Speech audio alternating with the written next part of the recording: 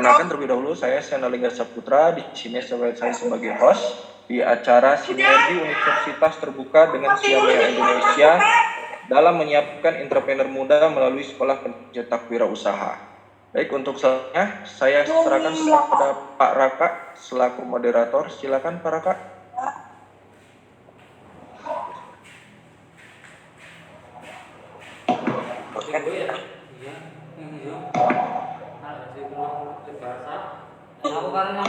Menunggu, sepertinya Pak Raka sedang ada gangguan dulu. Helm Pak, masih ini helm Pak, helm. Dimohon untuk para peserta agar di mute terlebih dahulu supaya suaranya tidak masuk.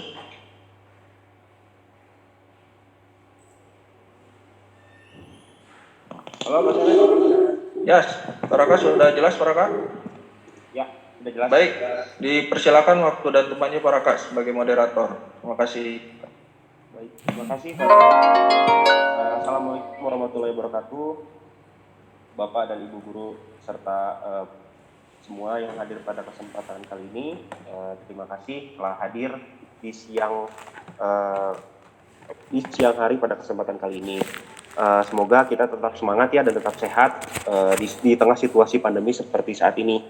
Nah, pertama-tama tadi saya akan menyambut para pembicara kita pada hari ini. Yang pertama ada Bapak Profesor Dr. Ali Muktianto SEMSI selaku Dekan Fakultas Hukum Ekonomi Universitas Terbuka. Lalu ada juga Pak Alfa Amirrahman MPhil PhD selaku Direktur Siamolek. Lalu yang ketiga ada Bapak Dr. Insinyur M. Bakrun MM selaku Direktur SMK. Lalu yang keempat ada Bapak Dr. Insinyur Gatot Hari Priyo-Wiryanto selaku Koordinator of Siameo Center di Indonesia. Lalu yang terakhir ada Bapak Dr. Zainur Hidayah SPI MM selaku Ketua Program Jurusan Manajemen Fakultas Ekonomi Universitas Terbuka. Selamat siang Bapak, para pembicara semuanya. Sebelum kita memulai acara dan mulai pemaparan pada hari ini. Halo Pak? Ya, jelas ya. Sebelum kita memulai acara pada hari ini, alangkah baiknya kita berdoa terlebih dahulu. Berdoa menurut agama dan kepercayaan masing-masing. Berdoa dimulai.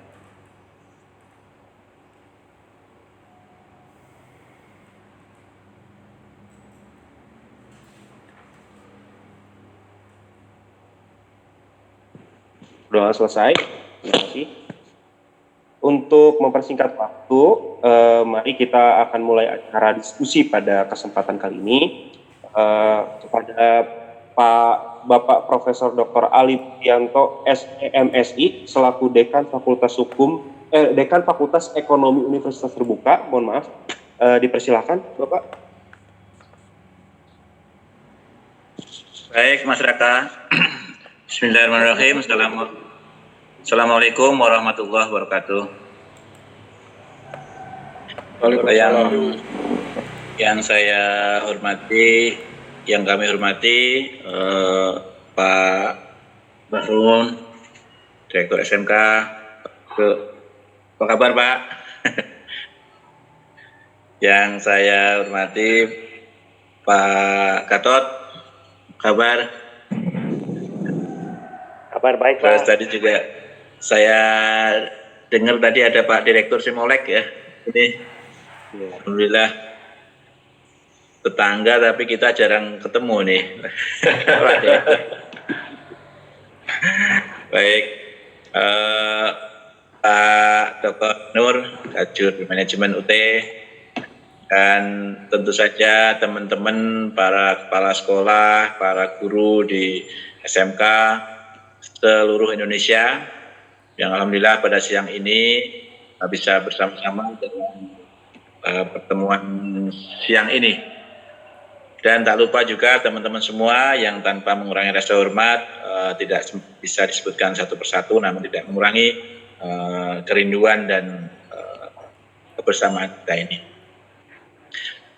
Pertama sekali saya secara pribadi dan ekonomi serta UT mengucapkan terima kasih yang sebesar-besarnya atas kerja keras seluruh panitia persiapan, khususnya ini inisiator dan inovator kita Pak Gatot yang luar biasa tanpa pantang menyerah menginisiasi ini semua hingga kita bisa melakukan kick off, istilah saya ini kick off untuk kerja besar kita.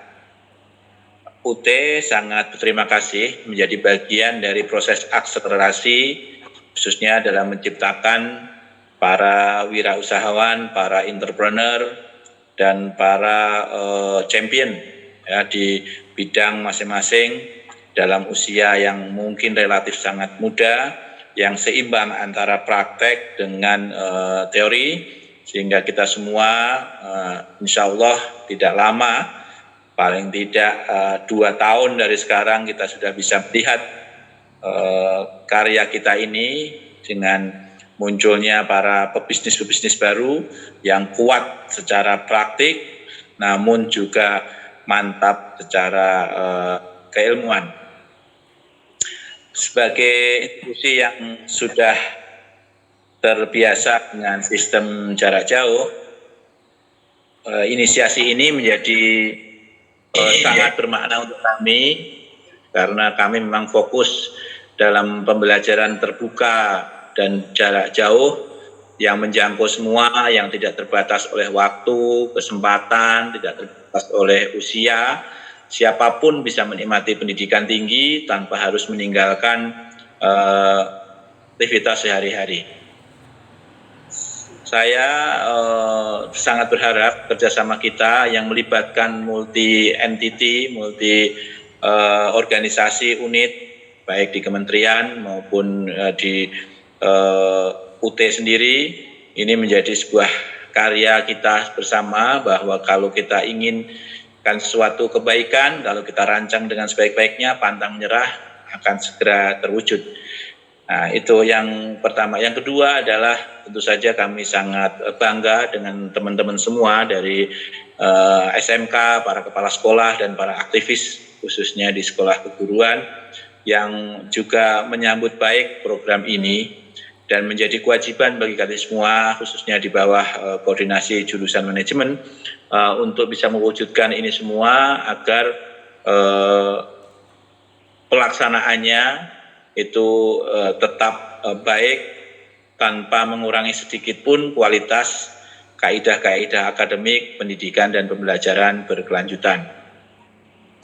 Bapak Ibu hadirin semua, tidak banyak yang ingin saya sampaikan kecuali selamat berjuang, selamat bergabung dalam kerja besar kita, kerja keras kita untuk menghasilkan Indonesia yang lebih baik di masa yang akan datang. Secara teknis, implementatif, UT siap untuk menyambut dan memfasilitasi Bapak Ibu hadirin sekalian, baik sebagai pelaku maupun sebagai peserta didik maupun juga sebagai sub kampus maupun juga sebagai pengawal dari mulai nol hingga nanti kita bisa hasilkan, bisa petik bersama karya dari anak-anak kita semua.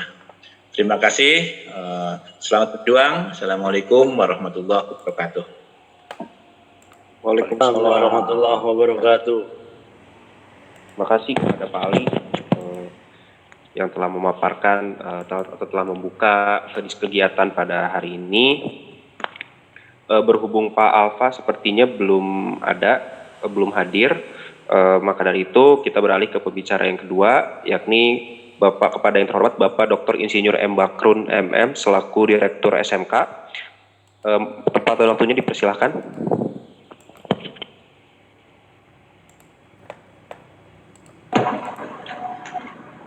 Bismillahirrahmanirrahim. Assalamualaikum warahmatullahi wabarakatuh. Waalaikumsalam warahmatullahi wabarakatuh. Waalaikumsalam. Selamat siang, salam sejahtera bagi kita semua. Yang saya hormati Prof. Ali, Dekan Fakultas Ekonomi Universitas Terbuka, Pak Zainuri sebagai ketua jurusan, senior saya Pak Gatot. Pak Gatot itu ya perlu saya kenalkan juga kan, Pak Gatot itu Direktur Dikmenjur. Alhamdulillah. Ya, ya, Pak Gatot itu Direktur Dikmenjur. Kalau saya kan Direktur SMK sekarang gitu. Ya, saya melanjutkan saja apa yang sudah dirintis oleh Pak Gatot ya. Luar biasa. Mantap. Ya, dan Pak Alfa, Bapak Ibu, Kepala Sekolah, Guru, ini kelihatannya dari SMK, dari SMA saya lihat juga banyak ini Prof. Jadi Pak Gatot ini luar biasa mencoba mengawinkan, ya, mengawinkan antara SMK dan SMA yang saat ini juga kalau boleh saya sampaikan perkembangan ke depan ini kan perubahan yang sangat luar biasa juga nanti di pendidikan menengah ini. Bisa jadi SMA itu nanti tidak ada penjurusan tetapi konsentrasi di mata pelajaran. Anak itu mengambil apa, pengaruhnya nanti masuk ke perguruan tinggi. Ya, ke perguruan tinggi itu tesnya juga mungkin berdasarkan mata pelajaran apa yang dipelajari oleh anak itu untuk mendukung jurusan yang ingin diperoleh. Dengan demikian maka rapat kemarin ya SMK dapat angin segar, mudah-mudahan SMK juga bisa masuk di perguruan tinggi negeri gitu. Kalau dulu masuk ITB kan mungkin syarat awalnya udah nggak bisa gitu loh, kan diskriminatif sekali. Ya mau masuk aja udah nggak bisa gitu, padahal belum tentu nggak bisa mengikuti gitu. Nah, ke depan katanya ini berawal dari sekolah penggerak dan SMK Pusat Keunggulan, mungkin mau diawali itu. Ini kabar yang kalau benar kabar yang sangat baik, sehingga peluang-peluang bahwa betul-betul anak itu nanti ya mulai memilih gitu. Kalau masuk SMK itu bukan karena tidak diterima di SMA gitu. Masuk SMK itu bukan karena tidak punya biaya gitu. Memang dia seneng, ya passionnya itu memang seneng di bidang itu gitu. Oh sejak awal seneng tentang mesin gitu. Nah, dia nanti bisa jadi dia akan terus-terusan di pendidikan tingginya juga bisa aja, bisa akademik, bisa vokasi gitu. Nah ini sebagai pengantar saya bahwa ini kaitannya dengan keberlanjutan belajar karena kan ini menurut saya yang sangat menarik dan alhamdulillah ini UT juga menyambut dengan baik. Makasih Prof. Jadi mudah-mudahan bisa terwujud ini nanti yang selalu diinisiasi oleh Pak Gatot. Pak Gatot ini inovasinya kan luar biasa ini.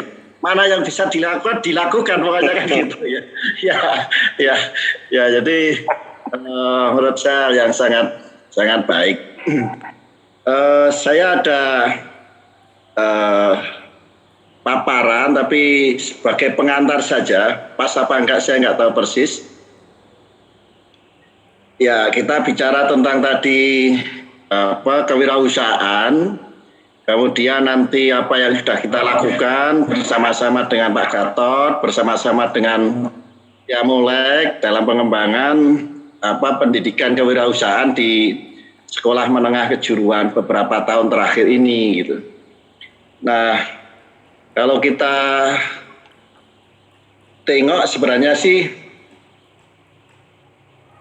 ya kalau setiap tahun itu lulusan SMK, kemudian pengangguran dan lain-lain juga sama-sama banyaknya gitu. Karena apa? Karena memang lapangan pekerjaan juga kalau selalu bicara industri juga nggak akan menampung juga gitu.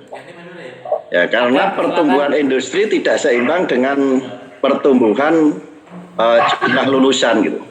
Setiap tahun lulusan SMK itu sekitar 1,6 juta. Kalau pertumbuhan ekonomi apalagi saat ini ya, pertumbuhan ekonomi kita malah minus itu kan juga sebenarnya sangat sedikit sekali penambahan lapangan pekerjaan gitu. Sehingga mau tidak mau kita akan berbicara tentang wirausaha. Meskipun bukan hal yang mudah gitu. Anak usia 16, 17 tahun dididik untuk berwirausaha gitu. biasanya wirausaha itu kalau yang begitu dari yang kepepet gitu.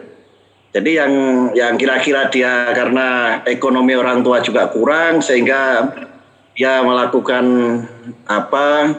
kerja sampingan dan lain-lain gitu.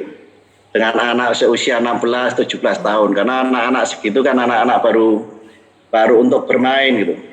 Tapi kami punya keyakinan apabila anak mulai masuk di SMK itu dikenalkan tentang entrepreneur, tentang kewirausahaan, saya yakin selama 3 tahun nanti akan terbentuk. Berapapun persentasenya, tapi pasti akan ada yang terbentuk gitu. Itu keyakinan yang bisa kita terapkan. Karena apa? Karena nggak mungkin juga kita akan bicara banyak tentang lapangan pekerjaan, tetapi juga lapangan pekerjaan kita didik semahir apapun, kalau lapangan pekerjaannya juga tidak ada kan juga akan terjadi proses pengangguran juga kan gitu. Maka kewirausahaan ini merupakan salah satu alternatif dan kondisi pandemi COVID-19 ini merupakan peluang yang besar karena disinilah sebenarnya akan muncul startup baru untuk pengembangan kewirausahaan. Nah, kalau kita tengok jumlah SMK kita sangat banyak, Prof, sekitar 14.000, tetapi 74% itu adalah SMK swasta. Ya, 74% swasta, kemudian yang negeri itu hanya 26%. Ya, 26%. Kemudian dari segi jumlah siswa itu sekitar 5 juta. Jadi ya setiap tahun sekitar 1,6. Tahun kemarin mengeluarkan 1,6. Tahun ini itu sekitar 1,65 juta. Jadi setiap tahun ada kenaikan sekitar 100.000 sampai 150.000 jumlah siswa SMK ini kan terus menerus pasti akan semakin banyak untuk proses seperti ini. Nah, dari sini juga kita bicara kewirausahaan, kita bicara sekolah pencetak wirausaha, sebenarnya tidak sekedar mengenal program studi tidak harus program studi bisnis daring dan pemasaran gitu.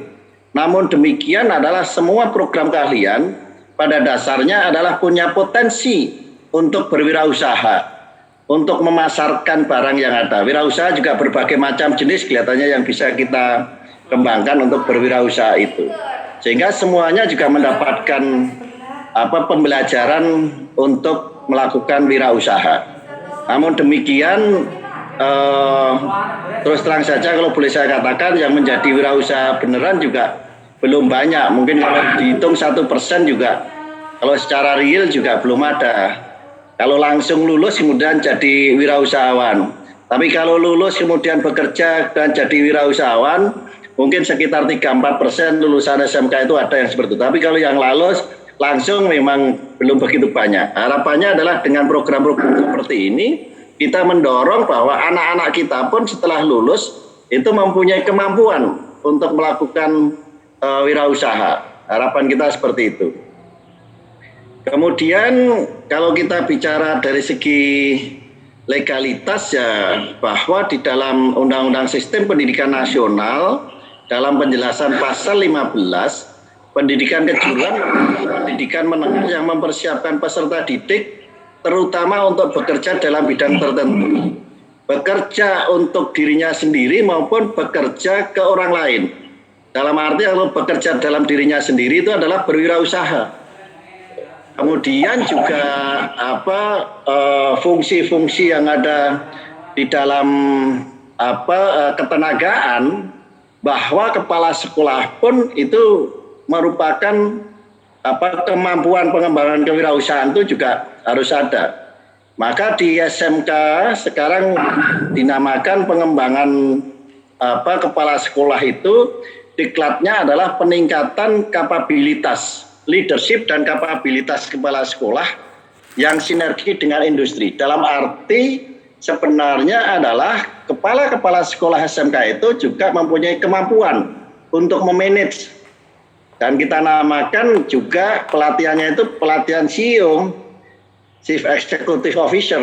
Jadi memang bagaimana mengelola seperti satu perusahaan meskipun bukan perusahaan. Tetapi kita mencoba mengembangkan bahwa pola pikir kepala sekolah itu juga mengembangkan pola pikir bagaimana seperti satu usaha yang bisa dikembangkan. Nah, tadi kepala sekolahnya juga begitu, gurunya mestinya juga harus kita latih seperti itu, maka siswanya nanti akan menjurus dan sampai siswanya harus seperti apa. Karena saya yakin bahwa sekolah yang berkembang dengan baik pada saat dididik oleh guru yang baik. Kalau guru kewirausahaan, artinya adalah guru tersebut juga mampu untuk melakukan proses wirausaha. Ini akan jauh lebih baik. Sehingga guru itu boleh saja guru yang berasal dari dalam maupun guru yang berasal dari luar. Sehingga memberikan motivasi terhadap anak ini akan jauh lebih besar. Ini beberapa tugas kepala sekolah. Kemudian kurikulum yang baru kita persiapkan saat ini, ya. Kalau kurikulum yang kita revisi tahun 2017 kemarin, ada namanya adalah produk kreatif dan kewirausahaan, kemudian ada simulasi dan komunikasi digital. Ini yang kita pembelajaran baik di kelas 10, 11 maupun kelas 12. Nah, kedepannya kami juga mencoba kurikulum yang mungkin nanti kita juga nggak tahu, ini masih draft. Mudah-mudahan bulan April sudah ditetapkan nanti kurikulum Merdeka Belajar. Untuk yang SMK itu kita namakan nanti ada logika dan teknologi digital. Dalam arti bahwa memberikan pengetahuan-pengetahuan termasuk di dalamnya adalah literasi keuangan dan lain-lain. Ini nanti akan kita bahas lebih detail lagi, Allah hari Kamis besok selama 3 hari kita akan coba kira-kira dari logika dan teknologi digital ini yang pas seperti apa untuk tingkatan SMK. Selain itu juga kita akan bicara tentang proyek kreatif dan kewirausahaan. Kenapa kita namakan dengan proyek kreatif dan kewirausahaan? Di situ sebenarnya nanti akan menerapkan proses pembelajaran project based learning. Project based learning itu adalah menyatukan dari berbagai macam mata pelajaran untuk membuat satu produk yang bisa dibuat. Mau nggak Pak tolong ini Pak? Ambil buku di sela-sela situ Pak. Ada buku kan sela-sela. Atau aja. Kenapa nggak ada suaranya?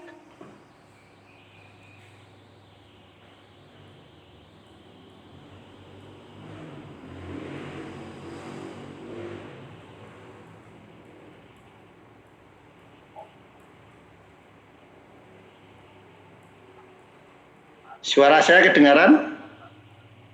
Terdengar jelas, Pak? Ya. Jelas, Pak. Iya. Ya, ini yang jadi kita akan bicara logika dan teknologi digital. Di dalamnya nanti adalah tentang literasi, termasuk literasi keuangan, literasi finansial. Bahwa anak itu harus tahu bagaimana membuat satu proses pelaporan keuangan yang baik, bagaimana membuat proposal yang baik, masuk di dalamnya.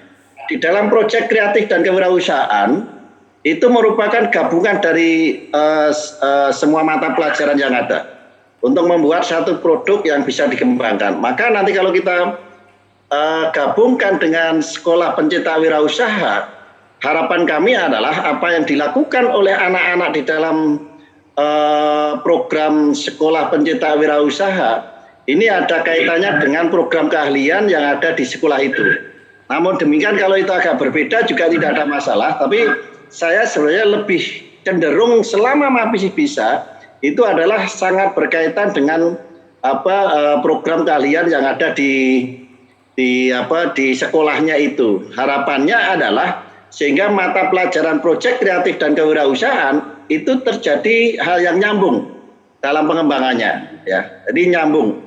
Tapi kalau kemudian kita bicara berwirausahanya adalah terserah dari apa yang ada di situ juga tidak ada salahnya, karena namanya orang usaha yang sukses itu kan belum tentu yang linier kemudian sukses.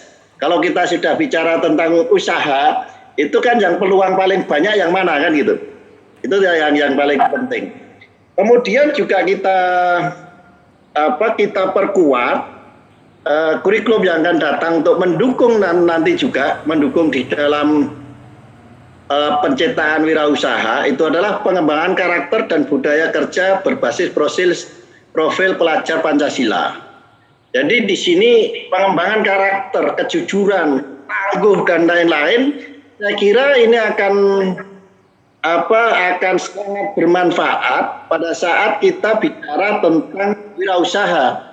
Karena wirausaha itu mesti dasarnya jujur, tangguh, kreatif, itu kan mesti yang akan dikembangkan di kewirausahaan. Maka dalam materi yang ada di sekolah, kurikulum yang akan kita kembangkan ini juga menuju ke sana. Kemudian ya saya kira ini beberapa contoh yang sudah dilakukan tahun-tahun kemarin, ya relatif banyak. Mudah-mudahan tahun ini Pak Gatot kita bisa lebih banyak Pak Gatot ya SPW-nya. Kalau saya sambil guyon Pak Gatot itu ya targetnya 100.000 lah gitu. Tapi nggak tahu bisa apa enggak gitu. Ya ini beberapa yang selalu didampingin proses evaluasi ini pameran bersama-sama dengan Pak Gatot dan Siamolek yang sudah kita lakukan secara bersama-sama. Kemudian kalau kita bicara nanti bagaimana kaitannya dengan UT dan lain-lain, ya saya berharap adanya RPL nanti. Kalau boleh ini Prof.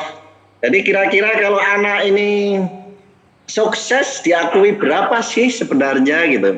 Maka yang kita kembangkan ya program dari Mas Menteri ini kan mengembangkan SMK Fast Track D2. Sebenarnya 3 tahunnya itu di SMK, kemudian ada pendidikan vokasi yang membuka D2. Tapi waktunya 4,5 tahun, tetapi setelah lulus SMK yang 3 tahun itu, setengah tahun berada di kampus, yang 1 tahun itu adalah magang di industri. Sehingga 1 tahunnya itu adalah magang di industri. Sehingga nanti proses RPL juga ada. Nanti kalau dengan UT kira-kira apa yang bisa kita lakukan kalau anak nanti di dalam melakukan kewirausahaan, kemudian dengan berbagai macam target yang ada, kira-kira bisa diakui berapa, anak kemudian bisa nanti sampai sarjana itu harus menambah berapa lama. Ini menurut saya hal yang sangat baik sekali yang bisa kita kembangkan. Anak juga bisa nantinya bisa kuliah dan juga bisa mendapatkan pekerjaan yang sesuai dengan apa yang diminati oleh anak itu sendiri. Saya kira ini pengantar dari saya. Terima kasih. Assalamualaikum warahmatullahi wabarakatuh. Waalaikumsalam warahmatullahi wabarakatuh. Pak Direktur, saya jawab langsung. Oh, RPL siap untuk UT. Alhamdulillah ya. Ya. Oke. Terima kasih nih. Ya. Keren. Terima kasih paparannya. Kami jadi semangat lagi nih. Ya. Tinggal jalan ini Pak Gatot. Siap. Ya makanya Pak, terima kasih nih. Oleh Pak Bahrun, pokoknya kita pelangkah aja gitu. Ya. Monggo kembali ke moderator. Terima kasih Pak Bahrun, pemaparannya yang luar biasa. Ini juga melihat pada kolom chat pada semangat ya untuk hadir dan menyimak kegiatan pada hari ini. Mari kita berlanjut ke pembicara selanjutnya, yakni Bapak Dr. Insinyur Gatot Hari Priyo-Wiryanto selaku Koordinator of Siameo Center Indonesia. Pada Pak Gatot, dipersilakan Bapak. Oke, terima kasih Raka. Selamat siang semuanya. Assalamualaikum warahmatullahi wabarakatuh. Pak Bahrun, Pak Ali, Pak Tani, kawan-kawan kepala sekolah SMK dan SMA, dan para guru dan tim yang lain, kita ketemu lagi di dalam program yang kita siapkan bersama beberapa lama. Sekarang ini kalau Pak Ali tadi kick off-nya, Nah, sekarang saya cuma melihat kasih jadwal yang seberapa jauh ini bisa kita kembangkan bersama dalam program ini. Bentar. Nah, lihatnya fileku. Nah, Bapak Ibu, ini sebelumnya sudah berapa kali kita berdiskusi dan kita pada langkah yang konkret saja yang kita usulkan, nanti bisa masukan-masukan silahkan. Jadi ini yang kita coba kembangkan dengan seamless-nya SMK atau dengan SMA, joint program dengan UT dan Siamio.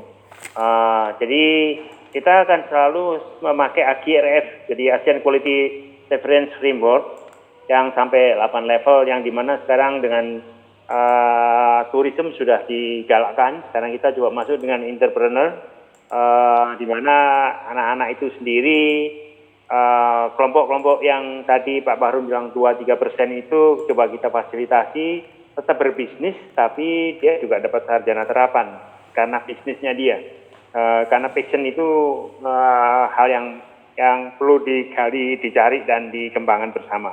Jadi ini yang skema yang kita coba kembangkan, yang nanti juga akan kita informasikan ke Asia Tenggara, karena ini pola-pola yang dikembangkan bersama Asia Tenggara dalam pengembangan-pengembangan yang akan datang. Karena pertemuan Dirjen Vokasi di 2-3 tahun yang lalu, salah satu adalah entrepreneurship yang harus terus dikembangkan di Asia Tenggara. Nah, ini bagian daripada hal tersebut. Nah, kemudian gini, jadi kita coba masuk dengan produk kreatif dan kewirausahaan maupun simulasi digital yang di SMK-nya sudah ada, termasuk kemarin program yang terkait dengan SPW maupun SPW batch 1, batch 2, batch 3, batch 4, yang sekarang juga kita coba kembangkan batch 5. Itu yang kita menemukan banyak talenta-talenta yang bagus, dan kita coba fasilitasi tetap mengembangkan programnya atau bisnisnya dia di sekolahnya atau di kabupatennya atau di provinsinya dia, tapi dia bisa sekolah, jadi bisa kuliah dalam program joint program dengan UD ini, yang tetap tempatnya atau di Sibolga atau tempatnya di Merauke atau tempatnya di Boyolali, tapi dia tetap mengembangkan bisnisnya dan lapor dalam perkembangan yang ada. Ini adalah pengembangan daripada SPW 3 bulan, 6 bulan, 12 bulan, dan yang masuk mereka yang berbakat kita tawari untuk jadi sarjana terapan kewirausahaan di masa mendatang. Tapi syaratnya harus tetap berbisnis karena kuncinya di situ. Anda bisa lihat bahwa semester 4 atau 5 dan 6 itu untuk produk kreatif dan kewirausahaan, karena itu berbasis omset dan produk seperti yang diarahkan Pak Bahrun tadi. Jadi kalau dia mesin, terus dia mengembangkan mesin di daerah dari situ dan bisnis permesinan atau bengkelnya bagus, ya sudah, dia bisa kuliah di situ, tapi bisnis mesin atau manufakturnya terus dikembangkan, atau dia pertanian atau perikanan yang terus dikembangkan bisnisnya, itu yang kita dorong. Atau juga dia seperti yang kita temukan, orang jurusan RPL atau TKJ, tapi dia jualannya adalah passion, kemudian dia lihat jualnya adalah boga karena dia melihat peluang. Tadi seperti diceritakan oleh Pak Bahrun, dua bidang itu adalah ini, dan mereka seberapa jauh. Ini yang sudah kita siapkan bersama UT. Jadi kita punya timnya, nanti dijelaskan oleh Pak Zainur seberapa jauh yang kita sepakati. Kalau dia punya bisnis sekian bulan, sekian tahun, omsetnya sekian, mata pelajaran mana yang akan dibebaskan. Tapi dia terus kemudian kita angkat menjadi mentor atau tutor sebaya dalam program ini. Nah, di dalam program peralihan itu atau matrikulasi yang kita mulai April sampai Juli, ini yang kita akan melihat Anda, mengajak Anda mencari talenta-talenta yang bagus, yang dia akan kuliah di UT, join program UT dan Siamio, sesuai dengan bidang-bidangnya yang dia kembangkan. Pertanian kita punya Biotrop, kemudian kalau IT kita punya Simolek, kemudian kalau tentang kesehatan masyarakat kita punya Rekfon, kemudian data analis dan sebagainya. Kalau dia konsultan, kita punya kita matematik. Kalau Anda mengembangkan STEM-nya, itu ada di kitab Science dan atau yang Cecep di Lembang. Jadi arahnya di sini berapa jauh kita menggali peluang-peluang bisnis baru yang terus kita kembangkan dengan industri 4.0. Dan ini dan syaratnya pengajarnya kita sepakat dengan UT 30% adalah pengajarnya dari kita, 70%-nya dari industrinya. Jadi syarat gabung di sini harus punya alumni yang punya industri, yang punya bisnis, yang nanti akan menjadi mentor untuk bagaimana sih berbisnis, mengembangkan menjadi reseller atau mengembangkan yang lain. Nah, tahapan ini kita bilang subkampusnya, kita ada survei peminatan institut dan sekolah, kita udah melakukan surveinya, trennya cukup bagus yang kita informasikan. Kemudian sekarang webinar tentang stimulus produk kreatif dan kewirausahaan hari ini kita lakukan. Terus nanti Pak Sena atau Pak Raka akan menanya pada Anda yang berminat bergabung, itu ada kuesionernya, berapa jauh itunya, karena ini potensi-potensi yang terus kita gerakkan.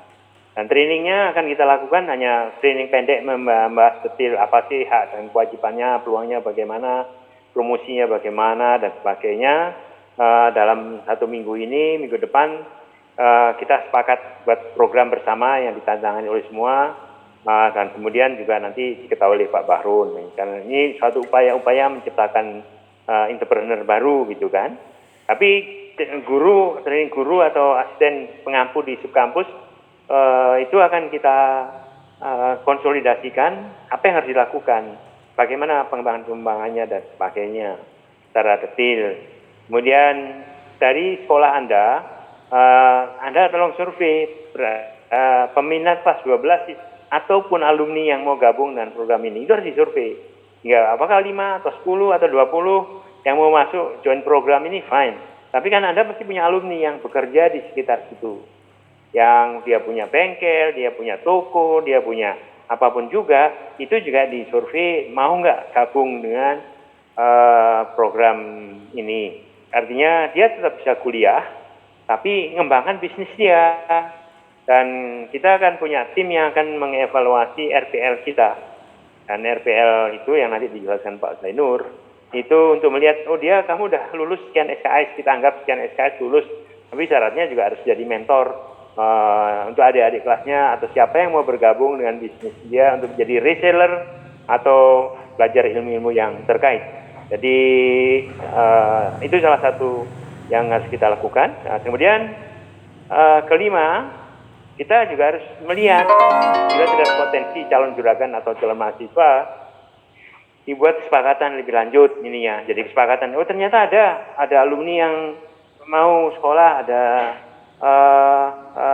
calon mahasiswa di kelas 3 yang bisa meneruskan dan mau mulai April, Mei, Juni itu dibina oleh kita untuk mengenal sedikit tentang literasi dan sebagainya. Itu yang terus kita akan buat kesepakatan dengan Anda sekolah sebagai subkampus itu, sehingga nanti kita bina terus secara online. Dan kita ada 2 mata kuliah yang dari semester 1 yang kita turunkan bagian daripada penyelarasan ini yang produk kreatif kewirausahaan dengan mata kuliah yang namanya kita adalah observasi pasar, produk, KWU, dan project based learning, di mana intinya cuma ada produk dan omset. Apapun juga yang kalau anak-anak itu hasilkan, itu cuma kita lihat produknya apa, potensinya bagaimana, omsetnya dalam 3 bulan, 6 bulan terakhir bagaimana, sekarang ditata keuangannya sesuai dengan asas keuangan perusahaan, sehingga semuanya terdata dengan baik, sehingga pada bulan Juli di wawancara itu akan diakui, ini kamu akan sama dengan 6 SKS atau 12 SKS atau 8 SKS karena karyamu. Itu yang kita sebut dengan RPL. Itu yang jadi April Juli ini adalah penyelarasan mata pelajaran PKK atau yang terkait dengan satu mata kuliah atau 2 mata kuliah, dan nanti ada mata kuliah manajemen pemasaran atau apapun juga yang dikembangkan oleh UT. Kalau yang mata kuliah produk KWU dan PBL itu dikembangkan oleh Siamio yang sudah kita terapkan di Unpad. Jadi kita juga punya program dengan Unpad di mana semester 1 anak-anak itu sudah diukur kemauannya yang nanti mungkin minggu ini dengan Pak Bahrun juga akan tanda tangan dengan rektor Unpad untuk jurusan perikanan, khusus untuk perikanan. Kemudian bulan Juli wawancara masuk UT, menyesuaikan RPL, potensi asisten dosen atau apapun juga namanya, dan Agustus mulai kuliah online, praktek daring di masing-masing sekolah. Kita harapkan mahasiswa itu wajib membantu subkampus, jadi membantu Anda untuk menjadi mentor untuk adik kelasnya, untuk mencari talenta-talenta yang berbakat berbisnis untuk nanti didorong pengembangannya dalam rangka meningkatkan omsetnya gitu. Ini yang sedang kita coba pikirkan, dan kontak person kita saya, Pak Raka, sama Pak Zainur untuk sementara, dan nanti linknya bisa dilihat berapa jauh link-link ini untuk pengembangan yang akan datang, dan nanti detail nanti Pak Zainur juga akan cerita tentang gimana sih kurikulum dan pengembangan. Jadi kita mengembangkan naskah akademi yang program ini untuk kewirausahaan, dan tidak ada, kita punya pola tidak ada skripsi karena skripsinya tiap semester. Skripsinya itu ya omset dan bisnis ya, namanya pas jurusan wirausaha. Jadi nanti kita dikembangkan, dan mata pelajaran MKDU itu di semester 5 dan 6 karena dia kalau dia jadi bisnismen bagaimana mengelola usahanya, keagamaan, kemudian bahasa yang bagus dan sebagainya itu di semester 5 dan 6. Kalau Anda kuliah yang ada akademik itu semester 1-2, tapi yang program ini yang MKDU tapi adalah implementasi di perusahaan Anda itu bagaimana mengimplementasikan tadi yang pengembangan karakter, melihat anak buah yang jujur, yang kreatif dan tangguh itu menjadi bagian dari mata pelajaran yang MKDU yang kita taruh di semester 5 dan 6. Itu Raka, nanti mohon diteruskan oleh Pak Zainur yang lebih detailnya di dalam penjelasan pada silakan. Terima kasih. Mohon izin Bapak, linknya ditampilkan lagi bisa ya? Apa Mbak? Link yang bawah yang di share tuh, bawahnya kan 8. Nah ini. Ampun, terima kasih. Ya, oke. Ya, baik, terima kasih Pak Gatot atas pemaparannya, yang luar biasa sekali. Selanjutnya kita beralih ke pembicara selanjutnya, yakni Bapak Dr. Zainur Hidayah, SPI MM, selaku Ketua Program Jurusan Manajemen Fakultas Ekonomi Universitas Terbuka. Kepada Pak Zainur, tempat dan waktunya dipersilakan. Ya, terima kasih Mas Raka. Bismillahirrahmanirrahim. Assalamualaikum warahmatullahi wabarakatuh. Selamat siang, salam sejahtera bagi kita semua. Pertama, izin Pak Ali untuk menyampaikan beberapa hal, izin Pak Gatot untuk menyampaikan beberapa hal dikaitkan dengan kurikulum kita dan juga mengenai UT. Yang saya hormati Direktur SMK Pak Bahrun. Untuk itu saya mohon izin juga untuk menyampaikan beberapa hal mengenai pengembangan dari kurikulum atau program studi PKK ini. Pertama, ada dua hal yang akan saya sampaikan. Yang pertama berkaitan bagaimana sih UT, artinya bagaimana kita menjamin suatu proses pembelajaran yang berkualitas, yang terstandar. Itu yang pertama yang materi akan saya sampaikan. Kemudian yang kedua berkaitan dengan kurikulumnya, kurikulum program produk kreatif dan kewirausahaan yang juga nanti akan menjawab yang pertanyaan Pak Bahrun, tadi juga sudah disinggung Pak Gatot, kemudian juga yang akan menjawab juga artinya apa yang tadi Pak Ali sampaikan berkaitan dengan kualitas, artinya ke entrepreneur yang tangguh dan memiliki jiwa kewirausahaan, kemudian didukung oleh suatu proses pembelajaran yang terstandar. Izin ya saya share dahulu, sekalian juga Pak Gatot mau apa sedikit promosi Pak Gatot dikaitkan dengan UT, dikaitkan juga dengan target kami ya, artinya kami membuka ruang untuk lebih kesempatan yang lebih untuk teman-teman, terutama di apa ini kan ada para guru dan kepala sekolah SMK berkaitan dengan UT. Ini yang pertama saya akan sampaikan bagaimana kami menjamin suatu proses pembelajaran yang berkualitas. Nah, pertama UT, Universitas Terbuka itu mungkin ada yang belum, karena hasil survei kami bahwa Universitas Terbuka itu kadang-kadang dinyatakan suatu universitas swasta, walaupun pada dasarnya Universitas Terbuka merupakan universitas negeri. Universitas negeri yang ke-45 ya, artinya di sini kami merupakan universitas negeri yang ke-45 yang diresmikan pada 4 September 1948. Kemudian yang selanjutnya, Universitas Terbuka merupakan pelopor dari pendidikan tinggi dengan sistem terbuka dan jarak jauh. Jadi kami terbuka sekali untuk menerima semua lulusan dari SMK dan sederajat. Di mana untuk delivery-nya kami akan menggunakan berbagai media pembelajaran. Konsekuensi dari sistem terbuka dan jarak jauh itu ada beberapa konsekuensi yang harus kami akomodir. Yang pertama, tidak ada batasan, boundary, kemudian harus adanya suatu sistem pembelajaran, akses terhadap materi itu seluas-luasnya. Kemudian dengan biaya terjangkau, karena tujuan utama juga Universitas Terbuka awalnya juga untuk memberi kesempatan pada semua masyarakat untuk menempuh pendidikan pada jenjang pendidikan tinggi. Kemudian yang keempat adalah fleksibel ya, artinya gimana sistem terbuka ini, artinya kondisi masing-masing mahasiswa ini memiliki keterbatasan. Untuk itu mereka mempunyai pilihan media bantuan belajar apa yang mereka bisa akses, sehingga lulusan kami tetap memperoleh capaian pembelajaran lulusan yang sesuai.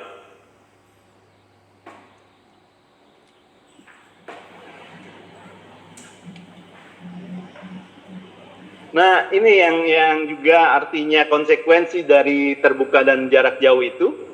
Artinya jumlah mahasiswa kami itu saat ini aktif itu 311.028 mahasiswa yang aktif ya. Ada beberapa public figure yang bisa Bapak Ibu lihat bahwa memang mahasiswa kami ini bukan hanya menarik beberapa masyarakat dari berbagai kalangan, juga ternyata juga menarik public figure karena sistem pembelajarannya yang sangat fleksibel.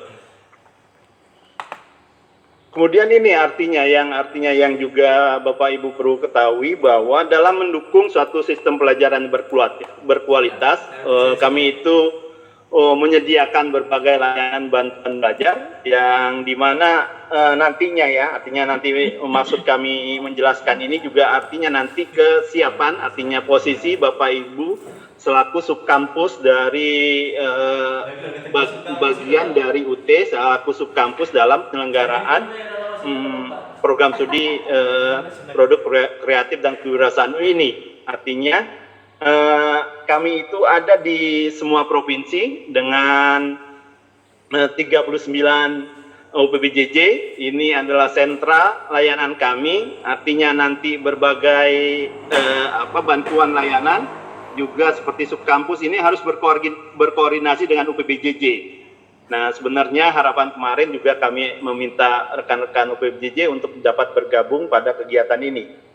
Kemudian jadi ada juga satu UPBJJ ya di luar negeri pada posisinya saat ini satu UPBJJ di luar negeri yang melayani mahasiswa kami di 39 negara. Artinya ini satu wilayah UPBJJ yang melayani mahasiswa kami di berbagai negara. Ini masih Kemudian Sebentar nggih.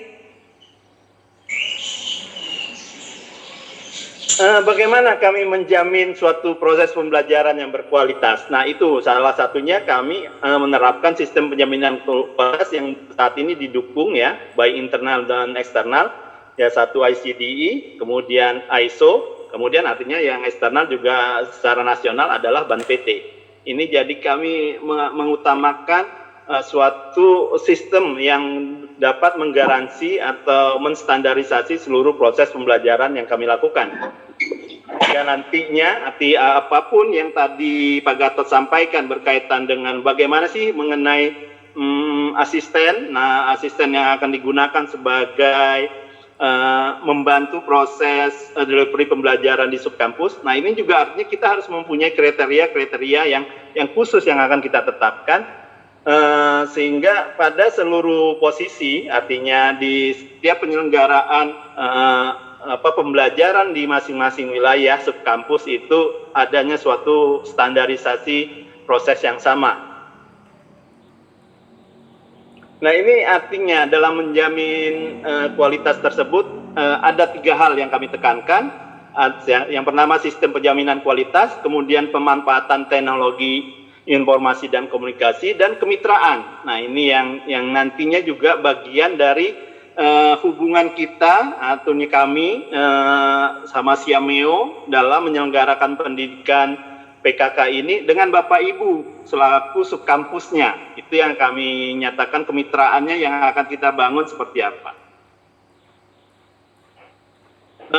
Ini yang salah satu yang saya sampaikan berkaitan sistem penjaminan kualitas. Ini artinya sistem penjaminan kualitas yang kami lakukan setiap semester. Artinya kami sesudah memanfaatkan teknologi informasi dalam penyelenggaraan audit manajemen internal yang kami lakukan setiap semester dalam upaya menstandarisasi seluruh prosesnya. Kemudian ini yang berkaitan dengan kemitraan. Kemitraan artinya kemitraan yang sudah kami bangun.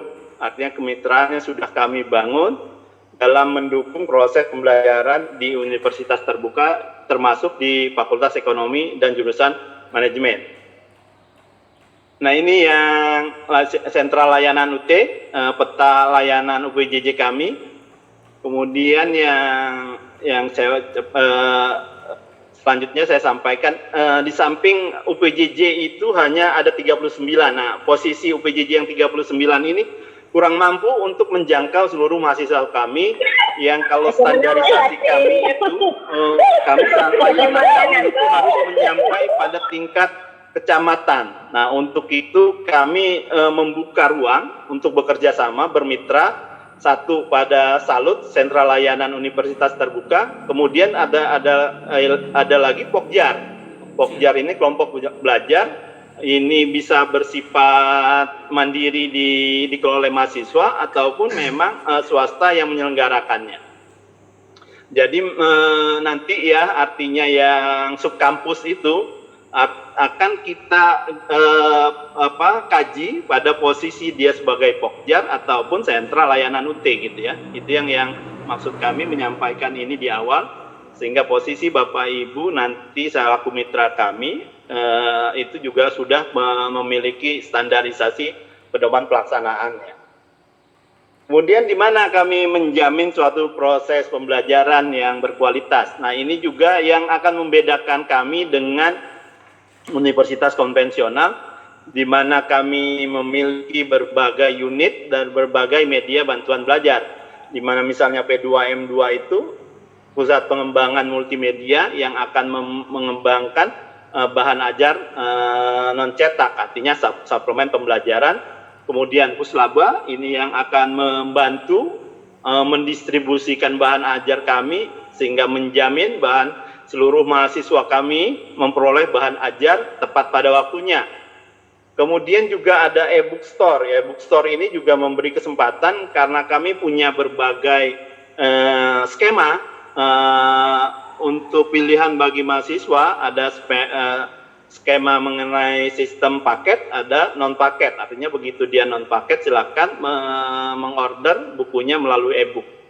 Kemudian juga ada Pusdian, kemudian ada LMS, Learning Management System yang kami kembangkan. Dengan LMS ini kami itu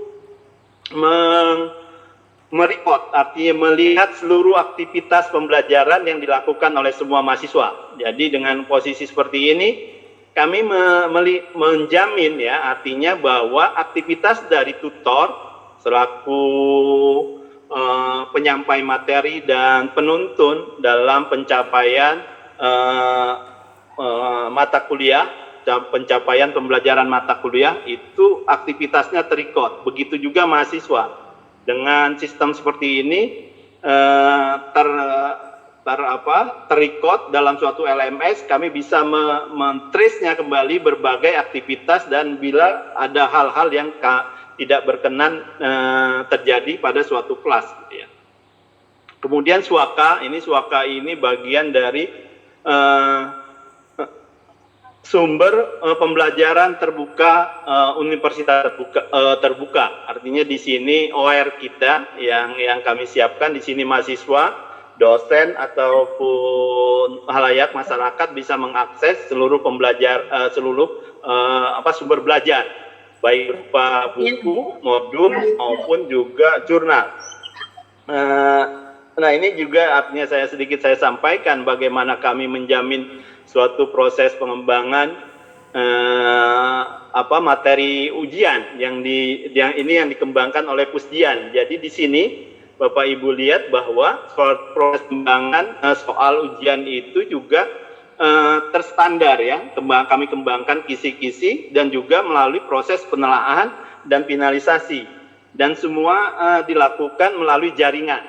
Nah ini yang melalui jaringan, melalui TIK, sehingga bisa dilakukan dan tidak menghambat semua aktivitas kita, tidak tergantung pada suatu wilayah atau waktu tertentu. Cuman kami selalu tetap menekankan adanya suatu batasan pelaksanaan dari suatu kegiatan. Ini jadi artinya yang bahan ajar ujian yang kami kembangkan, yang kami akan delivery ke semua mahasiswa, karena mahasiswa kami itu ada di berbagai wilayah, seperti yang tadi telah kami sampaikan, ada berbagai sentra layanan UT. Sentra ini hanya ada di kabupaten ataupun provinsi, sementara standarisasi kami layanan ini ada pada sampai ke tingkat kecamatan. Jadi itu perlunya kami kemitraan berupa salut ataupun pokja. Dan nantinya juga artinya kalau dengan SMK akan kita evaluasi dia berupa pokjar atau kelompok belajar, atau memang kita sebut lagi memang subkampus gitu, subkampus UT. Ini juga artinya Swaka, artinya semua mahasiswa kami, semua dosen, semua tutor bisa mengakses materi sumber belajar yang kami kembangkan secara online dimanapun, asal terhubung dengan internet ya.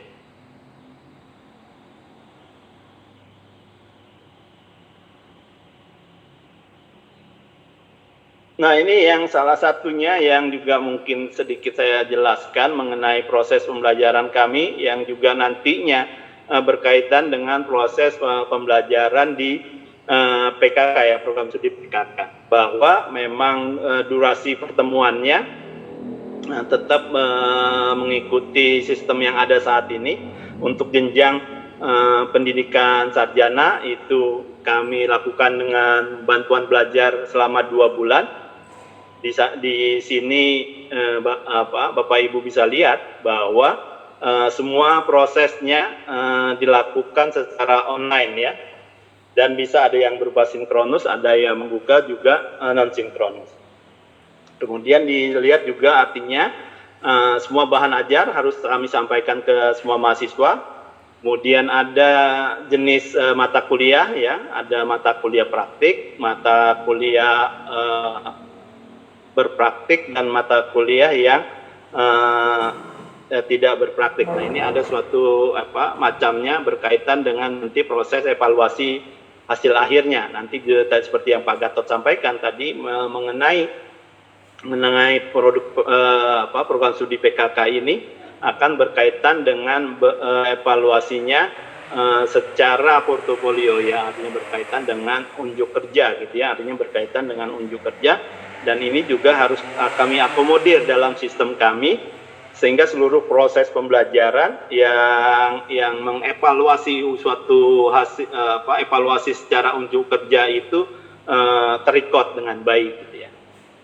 Ini artinya sistem pembelajaran kami ada bahan ajar, kemudian ada pendaftaran, registrasi, kemudian juga ada suatu bentuk penyiapan mahasiswa berkaitan perubahan dari posisi pembelajaran secara tatap muka dengan posisi pembelajaran jarak jauh. Nah, ini yang artinya yang fasilitas yang mahasiswa akan miliki ya, akan diterimanya apabila mereka bergabung pada sebagai mahasiswa universitas terbuka. Di sini Bapak Ibu lihat bisa adanya suatu fasilitas Office 365, kemudian Wi-Fi, Dry Lab, kemudian akses terhadap perpustakaan digital, YouTube, UT Radio, Guru Pintar, Open Course UT, kemudian ruang baca virtual. Nah, itu yang tadi yang ini semua sumber pembelajaran ini yang ada pada sekolah.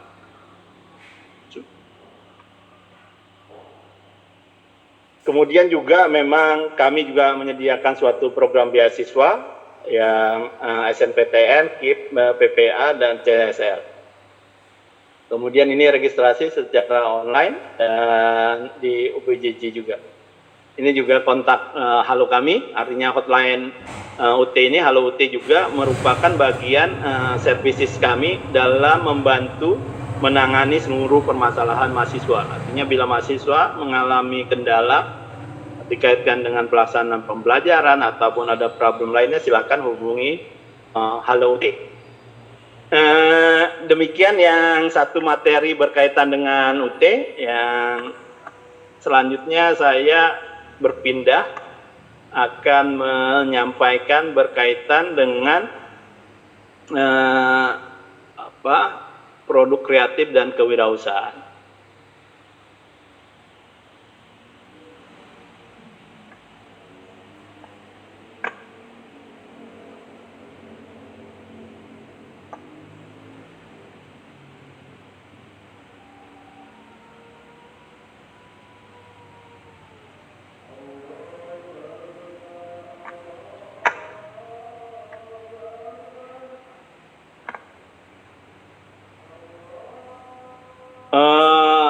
Mengenai tanya jawab nanti saja ya, di akhir nanti Mas Raka akan meng-guide kita.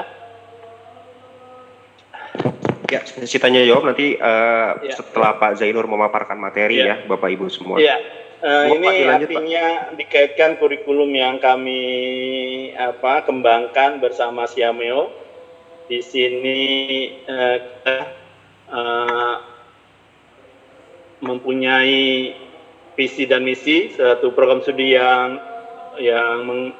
yang unggul, terdepan menyelenggarakan pendidikan kewirausahaan yang mampu bersaing secara global, kemudian menyiapkan lulusan tepat waktu, kemudian menyiapkan sumber daya bidang wirausaha yang bersifat mandiri, menjalin kerjasama ya secara kesinambungan. Kemudian yang tujuannya juga yang salah satu menyiapkan UMKM baru dan juga meningkatkan UMKM yang ada. Artinya program studi ini terbuka bagi dari siswa SMK ataupun lulusan SMK yang ingin bergabung kembali atau meningkatkan pengetahuannya ataupun meningkatkan keinginannya untuk mengembangkan usaha. Karena salah satu tujuan dari program sini adalah meningkatkan, mengembangkan usaha yang sudah ada atau dikembangkan oleh siswa ataupun lulusan SMK. Kemudian memang kurikulum ini dibangun ada satu bentuk project base, tadi Pak Gatot sudah sampaikan, artinya di setiap semester itu ada satu proyek yang harus diselesaikan mahasiswanya. Kemudian juga adanya bentuk lebih menitik beratkan praktiknya daripada kognitifnya, teorinya. Jadi ini ada suatu bentuk SKS antara SKS dengan teori dan praktiknya. Kemudian juga jam tatap mukanya juga antara praktik dan teori juga kami susun bagaimana kurikulum ini bisa mengakomodir pelaksanaan pendidikan vokasi untuk D4. Di sini salah satu penekanannya juga adalah setiap semester kurikulum ini disusun dengan SKS yang besar dengan penekanan satu upaya kami dikaitkan dengan pelaksanaan praktiknya. Artinya praktiknya ini yang lebih utama juga karena ini satu pendidikan vokasi. Kemudian SKS memang 18 dengan jumlah mata kuliah yang sedikit ya, artinya 4 apa-apa. Kemudian ini pelaksanaan targetnya tetap 8 semester. Kemudian Bapak Ibu bisa lihat ini ada pendekatannya project based learning, juga case based ya, artinya pendekatan dengan kasus ya, artinya dengan proses pembelajarannya. Pada setiap semester itu ada project base-nya, kemudian juga praktiknya itu mungkin pendekatannya case base ya, berdasarkan studi kasus.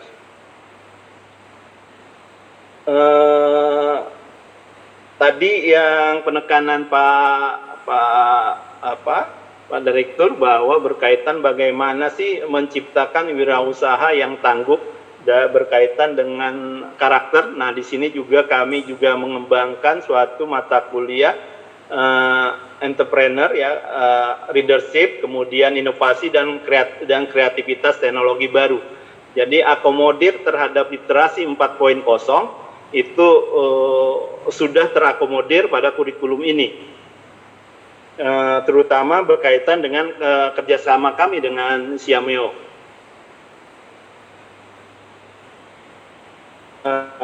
Selanjut saja, karena kemudian yang tadi Pak Gatot juga menyampaikan yang menarik bahwa dari kurikulum ini adalah mata kuliah Pancasila Bahasa Indonesia itu bukan jadi mata kuliah yang akan kami istilahnya RPL-kan rekognisinya, karena rekognisi pembelajaran lampaunya itu pada semester 1 sampai semester 3.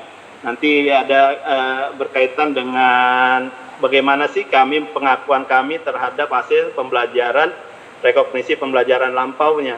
Cuman dalam kondisi kurikulum ini, pembelajaran agama dan bahasa Indonesia itu diletakkan pada semester 5. Ada semester yang agama nih, pada semester 5. Penekanannya tadi seperti yang Pak Direktur sampaikan, upaya kami dengan pendekatan agama ini pada semester 5, pembelajarannya bukan lagi berkaitan dengan secara pemahaman dikaitkan dengan agama.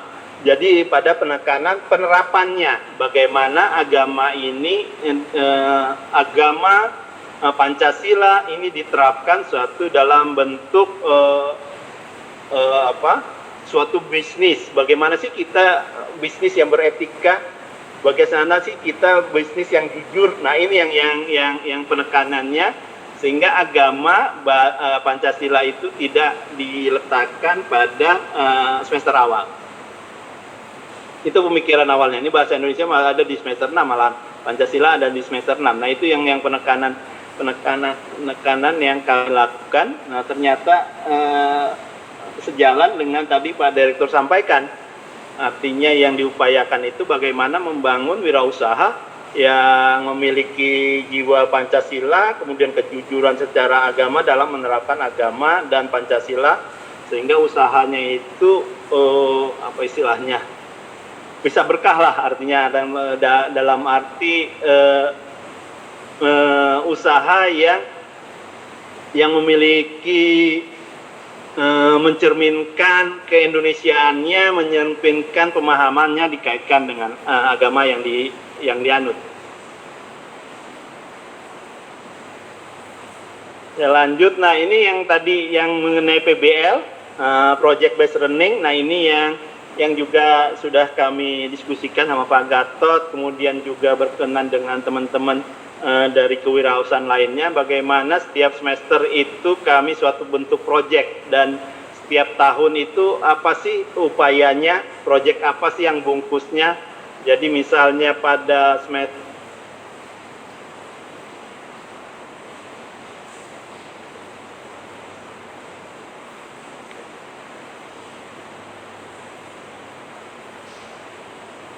mengidentifikasi peluang bisnis dan menyusun rencana usaha. Nah, ini yang suatu bentuk proyek PBL yang kami kembangkan, susun. Nanti juga usaha ini seperti yang tadi disampaikan tidak menyangkut pada suatu sektor bisnis saja. Silakan melihatnya ada berbagai sektor. Artinya kerjasama dengan Siameo ini ada tadi kesehatan, IT, kemudian pertanian. Ini bisa terakomodir juga dalam kurikulum ini. Kemudian manfaat studi ini membangun jaringan usaha, diseminasi teknologi, dan lainnya. Kemudian ini mengenai UT tadi sudah saya sampaikan.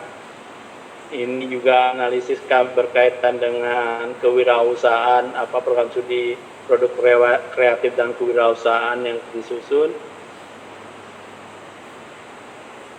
Saya lanjut saja profil lulusan. Jadi artinya pengembangan kurikulum ini juga sudah mengikuti tahapan pengembangan kurikulum yang sesuai pedoman yang diberikan oleh kementerian, ya.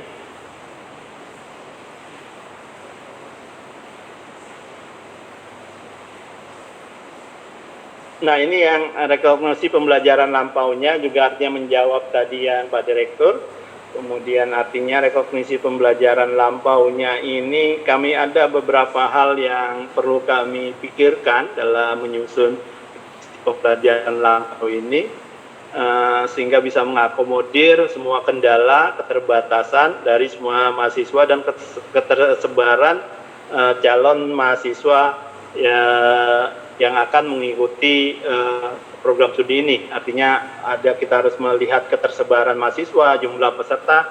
Tadi kalau Pak Dekan kami mengestimasi, Pak Direktur memberi tantangan bagaimana menciptakan 100.000 wirausaha. Tadi Pak Dekan kami menghitung-hitung kalau 10% dari sekitar 5 juta ada 500.000. Kemudian jadi kalau kita ambil 1%-nya saja ya ada 50.000. Nah, itu artinya suatu bentuk peluang dan juga ketersebarannya yang ada berbagai wilayah, karena tadi juga Pak Direktur menyatakan SMK itu ada sekitar 4.000-an ya, ada masalah 14.000 atau 4.000 ya, nanti itu yang umumnya pada swasta.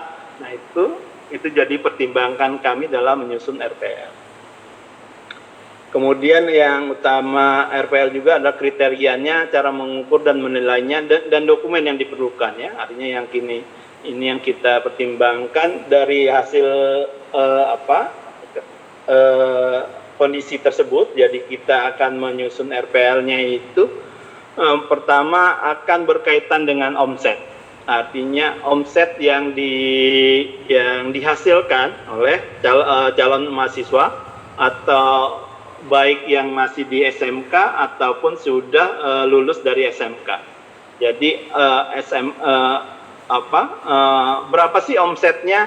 Kalau ya misalnya per bulan atau lebih dari 5 juta itu bagaimana? Ini karena kami memikirkan tahapan awalnya itu memikirkan data-data yang ada dari disampaikan oleh dari Pak Gatot, ya, artinya data-data yang hasil penyampaian Pak Gatot dikaitkan dengan pengembangan SPW di SMK itu, ya. Nah, itu jadi omsetnya itu kemudian SDM-nya dan jangka waktu pelaksanaan usahanya, karena kriteria dari pelaksanaan waktu dia memulai usaha ini juga akan melihat menjadi ukuran karakter dari jiwa kewirausahaannya. Kalau dia masih awal, itu artinya masih memiliki mungkin belum mantap. Nah, jadi kriteria RPL-nya juga kita masukkan golongan yang kecil gitu ya, artinya. Kemudian kita dari tiga kriteria ini ada aset, jangka waktu usaha, dan SDM ini kita merumuskan bentuk tujuh kategori. Dan kategori tertinggi itu ada 9, itu kategori 9 ini kami akan menghargainya, memberi kesempatan dari mahasiswa tersebut untuk bisa langsung menempuh pada semester 4. Jadi kira-kira dia memperoleh pengakuan sekitar 40 sampai 60 ASKS.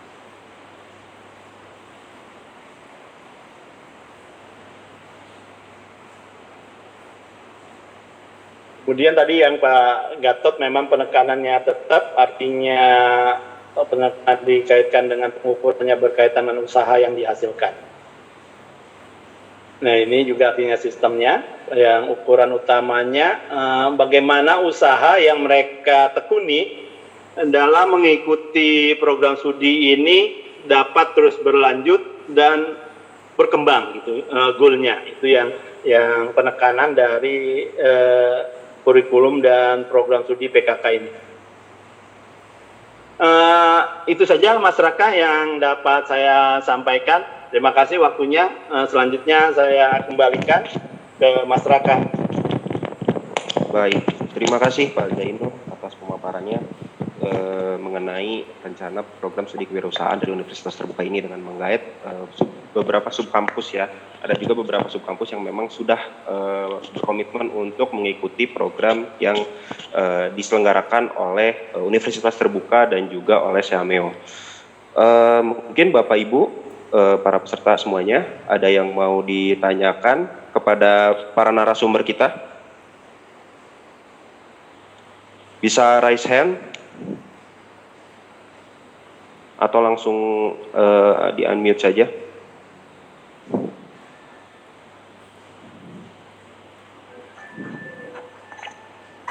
Mohon izin bertanya, Bapak. Oh, boleh Ibu. Persilakan bertanya pada siapa? Pak Zainur ya. Pak Zainur. Ya. Monggo Ibu. Begini Bapak, kemarin kita itu mengadakan di sekolah itu kan ada program entrepreneur ya. Terus kita mengadakan lomba, kita namai lomba Young Entrepreneur Contest. Terus dari situ kita menjaring ada 10 pemenang. Nah, dari para pemenang tersebut mereka memang sudah mempunyai usaha. Ada yang omset yang juara 1 itu omsetnya sampai 20 juta per bulan. Terus kalau kita mengikuti program ini, itu apakah ada minimal omset Pak? Tadi kan disampaikan bahwa batasannya itu omset. Adakah batasan omset untuk program ini? Kemudian yang dimaksud training tadi itu training yang kita harus daftar atau cuma ikut training saja Bapak? Terima kasih. Assalamualaikum warahmatullahi wabarakatuh. Oh ya, saya dari SMKN 1 Boyolangu Bapak Tulungagung. Ya, terima kasih Bu. Nggih.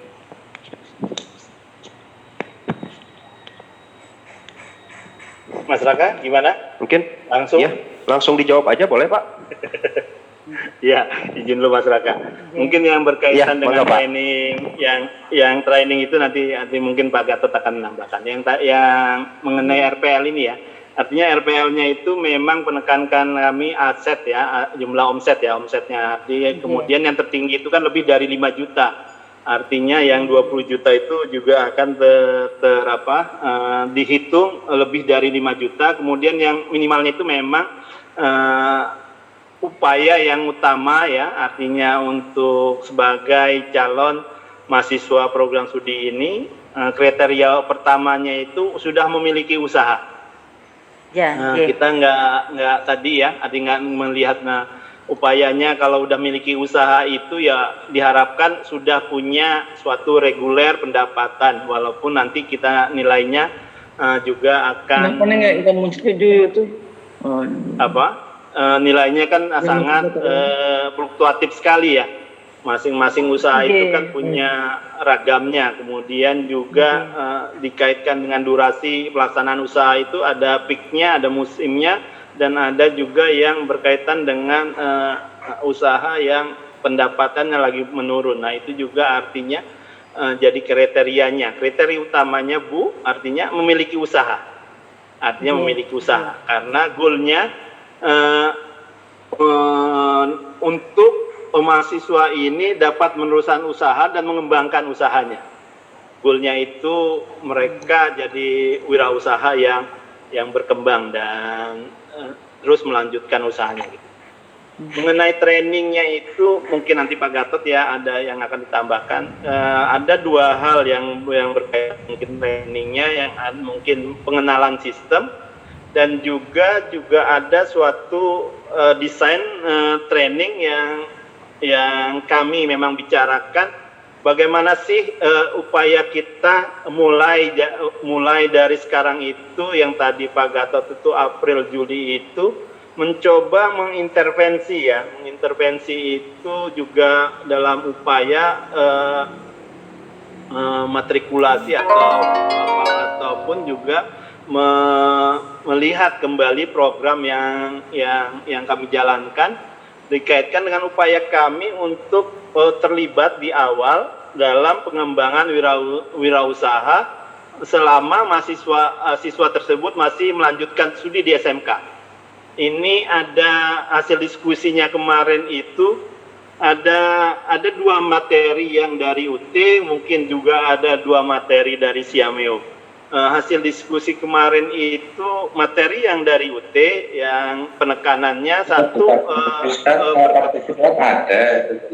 berkaitan dengan jiwa kewirausahaan, kemudian juga berkaitan dengan digital marketing. Kemudian yang mungkin nanti yang di Siameo mungkin akan berkaitan, tadi Pak Direktur sudah sampaikan, dikaitkan bagaimana sih mengelola suatu keuangan dalam suatu bisnis gitu. Mungkin nanti Pak Gatot bisa nambahkan. Itu ya yang bisa saya sampaikan, Bu. Terima kasih Bapak. Oke, kita tambahin Pak Raka. Jadi gini Bu, yang training itu jadi dengar suara aku? Dengar Bapak. Jadi training itu Anda lihat yang kuesioner yang kita kirimkan. Kita training pada sekolah yang akan menjadi subkampus. Kan nggak semua sekolah yang ikut sekarang ini kan mau ikut jadi subkampus. Karena itu kita cuma melakukan 2 kali, antara Jumat besok 3 jam. Jadi apa saja yang hak dan kewajibannya, termasuk tadi nanti ada 2 mata pelajaran atau mata kuliah yang diintervensi ke kelas 3. Kemudian Bapak Ibu melihat potensi sekolahnya, makanya kuesioner itu Anda harus isi untuk kita lihat siapa sih yang berminat, potensinya ada nggak sih gitu. Terutama yang siswa yang punya bisnis, mau 1, mau 10, mau 100 tidak masalah. Yang penting ada anak itu yang bisa Anda tanya mau nggak meneruskan bisnisnya misalnya di Tulungagung, tetap di situ, tapi statusnya nanti akan jadi mahasiswa UT, gitu kira-kira itu bisa. Jadi kita kalau dari lihat aja di situ kita desain untuk guru pengampu itu, ini loh Mbak, polanya ini. Jadi nanti kalau ditanya oleh siswanya, Ibu, Bapak Ibu itu udah tahu, nanti kamu April sampai Juli itu akan mendapat pembelajaran ini secara online. Laporan keuangannya ditata sehingga nanti pada Juli wawancara ketahuan bahwa omsetmu sekian gitu. Jadi Jadi literasi keuangan yang tadi bilang Pak Bahrun itu kita masukin. Literasi keuangan yang kaitannya uang itu dari mana aja, cost of money-nya bagaimana, kemudian bagaimana dia chip in untuk satu proyek yang dia terus kembangkan. Misalkan dia punya bisnis A gitu, apakah dia punya bisnis misalkan goreng ayam gitu kan, tapi dia mau naikkan omsetnya 2 kali, kan itu mesti ada bagaimana caranya mengajak temannya dan berbagi saham atau sharing, atau dia mau pinjem ataukah dia dari bank atau dari syariah dan sebagainya. Jadi pola-pola itu yang kita ajarkan dalam April sampai Juli. Tapi di sekolahnya, guru pengampunya atau kepala sekolahnya dan guru pengampunya harus tahu berapa orang yang akan dikembangkan. Perkara nanti dalam perjalanannya dia, wah saya nggak jadi, ya sudah silahkan. Tapi yang penting bahwa dia kita tata ininya, laporan keuangannya, terus kemudian sehingga dia akan bebas sekian SKS tadi dengan tabel yang dikasih Pak Zainur tadi. Selain itu juga akan kita cek kepada waktu training itu, tolong dicari 10 alumni yang punya bisnis di dalam pengembangannya gitu. Nah ini yang bagian nanti sebagai lampiran kalau Anda bekerja sama dengan joint program ini. Jadi tadi kurikulum sudah dijelaskan oleh Pak Zainur, tapi siapa yang mau bergabung itu harus melampirkan 10 alumni potensi yang diajak bisa masuk dalam sistem itu, hingga dia bebas 1 semester, maksimal 3 semester, atau dia masuk semester 4, tapi dia jadi mentor gitu kan. Jadi itu akan menjadi bagian di proses gitu. Ini ya, itu sih, ini salah satu yang kita ingin informasikan gitu. Ini ya. Itu Pak Raka, silakan. Oke, Bapak, terima kasih. Baik, Pak Gatot, terima kasih, dan Pak Zainur atas jawabannya. Dan juga terima kasih tadi kepada Bu Kasmi atas pertanyaannya. Dan juga sekalian menjawab pertanyaan dari Bu Francisca Andayani dari SMK 1 Tanjung Palas ya, di kolom chat. Tadi izin bertanya kepada Pak Gatot, apakah boleh menerima mahasiswa yang belum mengikuti program SPW? Jadi kalau tadi dari jawabannya Pak Zainur diharapkan sebelum masuk itu udah punya usaha ya Pak ya? Sebelum masuk atau sebelum join program masuk ke Universitas Terbuka ini. Iya. Bapak, ya mungkin Bapak Ibu sekalian ada lagi yang mau ditanyakan kepada narasumber kita terkait program ini? Mohon tanya Pak dari SMK Tekstil dan pertanyaan saya ya, perkenalkan saya Lucy dari SMK Tekstil Medan. Saya mau menanyakan kepada Bapak Yainur Jaya terkait dengan kendala kita untuk berwirausaha, anak-anak. Biasanya kan kita sudah memproduksi masker. Nah, masker itu kurang diterima di masyarakat. Soalnya sudah ada email kalau produksi dari anak yang masih sekolah itu standarnya kurang pas lah di masyarakat. Nah, untuk mengatasi mindsetnya masyarakat agar tetap percaya dengan produk kita itu gimana Pak? Hatur nuwun. Iya, terima kasih Bu. Pak Raka izin ya. Ya, monggo Bapak.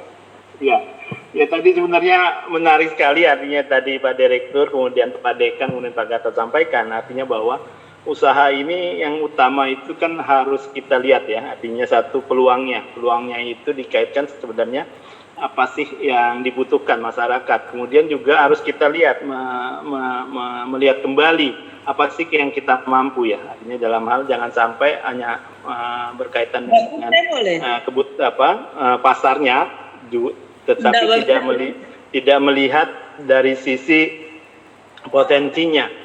Nah, untuk hal seperti ini sebenarnya ada kan tahapan dari pengembangan usaha itu, dalam arti bisa aja pertama retail, artinya kita hanya menyampaikan atau menjual kembali suatu produk.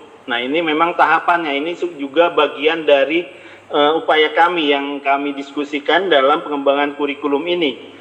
karena tahapan utama dari hasil evaluasi ya, dari data-data yang kami peroleh dari Pak Gatot, dari teman-teman, mungkin dari guru-guru juga dari SMK, yang utamanya itu tahap awal yang mahasiswa SMK lakukan dari bisnisnya ini merupakan menjual kembali dari produk yang ada. Memang ini suatu keuntungan ya, artinya bisa melihat suatu kebutuhan, kemudian bisa melihat suatu sumber dari bahan baku ataupun produk tersebut. Nah, kita bisa mencari gainnya dikaitkan dengan produk yang kita jual. Cuman tahap selanjutnya, artinya tahap selanjutnya dikaitkan kita awal kita merupakan reseller. Tahap selanjutnya yang Ibu sampaikan, artinya bagaimana kita mengembangkan produk sendiri. Nah, itu maksudnya, artinya begitu kita membicarakan bagaimana mengembangkan produk sendiri ini, ya harus kita lihat apa sih keunggulan produk kita gitu, artinya awal. Artinya kita kalau memang itu keunggulan produk kita, kemudian baru kita masuk tahapan selanjutnya bagaimana kita mempromosikan. Nah, itu yang tadi juga hasil diskusi awal dengan beberapa lulusan yang SMK yang berwirausaha berkaitan bagaimana intervensi kami. Nah, untuk itu makanya pemilihan dari intervensi kami ke siswa SMK itu juga sudah kami pikirkan apa sih yang diperlukan. Nah, salah satunya bagaimana dia memperlebar pasarnya. Nah, cara memperlebar pasarnya salah satunya memang melalui digital marketing. Nah, itu yang intervensi awal dikaitkan rencana program studi ini. Nah, itu yang Bu yang bisa saya sampaikan. Artinya kalau utamanya itu produk itu harus dipromosikan, dan produk yang unggulnya itu keunggulannya di mana? Karena ada upaya misalnya kearifan lokal, di desain handmade itu juga punya keunggulan, bisa dijual. Cuman pasarnya yang harus Ibu tentukan, bukan pasarnya anak muda. Kalau handmade atau kearifan lokal mungkin yang punya, karena value-nya atau nilai produknya mungkin lebih tinggi. Nah, produk yang nilai tinggi ini kan mungkin bisa masyarakat umum yang tidak dikonsumsi sehari-hari, mungkin ada kalangan tertentu saja yang bisa berminat untuk produk tersebut. Nah, ini harus kita tentukan pasarnya, Bu. Siapa nih yang target pasar kita? Nah, itu yang berkaitan dengan awal itu, intervensi kami itu berkaitan dengan pengembangan pasar atau luas jangkauan pemasaran. Itu Mas Raka yang bisa saya sampaikan. Semoga. Baik, Pak Zainur, terima kasih atas jawabannya.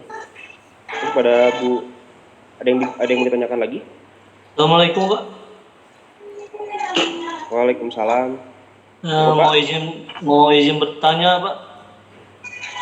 Ya, persilakan. Ini materinya sangat menarik, Pak, tentang PKK. Tapi ada kendala di sekolah kami, ya. Di SMK Negeri 3 Bengkulu Selatan ini posisinya begini, Pak. Mata pelajaran PKK kebanyakan itu antara buku dengan real yang diminta oleh perkawinan Dudi Iduka itu kebanyakan beda, Pak. Seandainya contohnya saja seperti kami kan ada jurusan namanya teknik otomotif. Sedangkan pada buku PKK tersebut, buku PKK yang ada di sekolah kami tidak ada tentang materi yang otomotif. Kira-kira itu agak gimana ya? Beda antara yang real dengan PKK dengan real PKK kami dan PKK di buku. Jadi gurunya ini agak rancu. Seperti ada, padahal kami ini jurusan tentang otomotif, tapi di materi buku ada tentang cocok tanam. Nah, jadi kami di sekolah ini belum tahu PKK sesungguhnya itu ibarat kata tidak sejalur dengan jurusan. Jadi kami mau namakan anak siswa ini alumni, jadi nggak tahu anak ini kemana arahnya untuk berwirausaha. Tapi kalau dari ini apa industri yang Iduka yang sudah kami kerjasama dengan Iduka seperti Honda dan Daihatsu, dia cuma bilang buku itu jangan dipakai lagi katanya, pakai aja buku yang dari Iduka katanya. Terima kasih Pak, itu aja Pak. Baik, kepada siapa Pak pertanyaannya?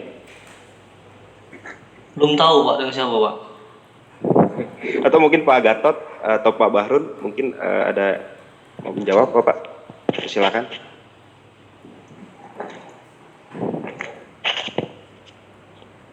Halo.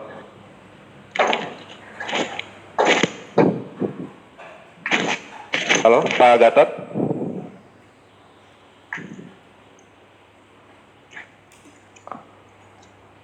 Oke, dengar Halo. suaraku? Jelas Pak Pak. Bahrun.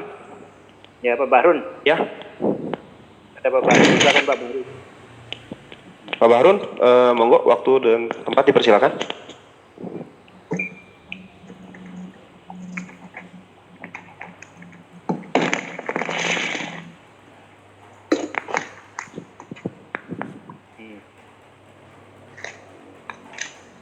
Suaranya belum mic-nya belum di-unmute, Pak Bahrun. Bentar, saya unmute.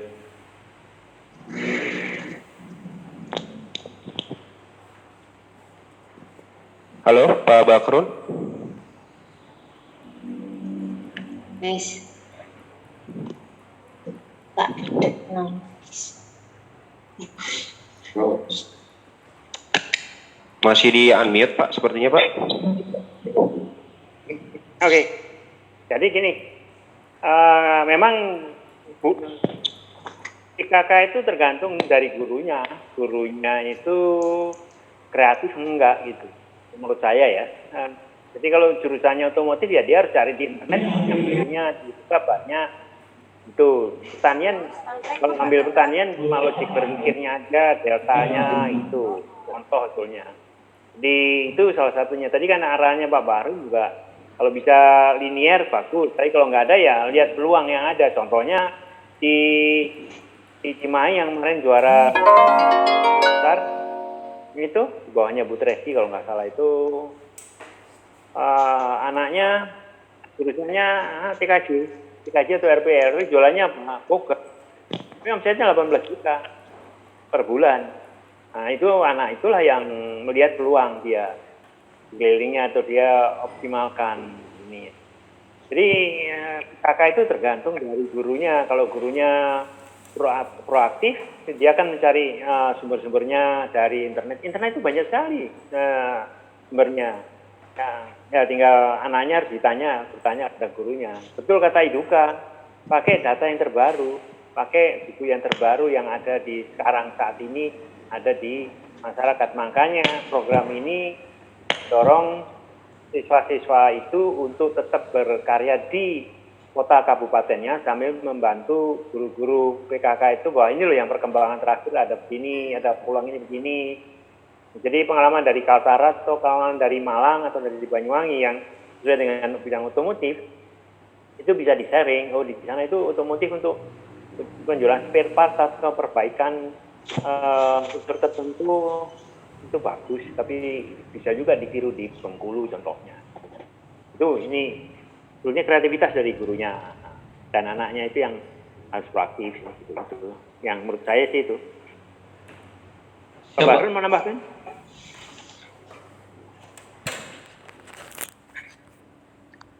Pak Bahrun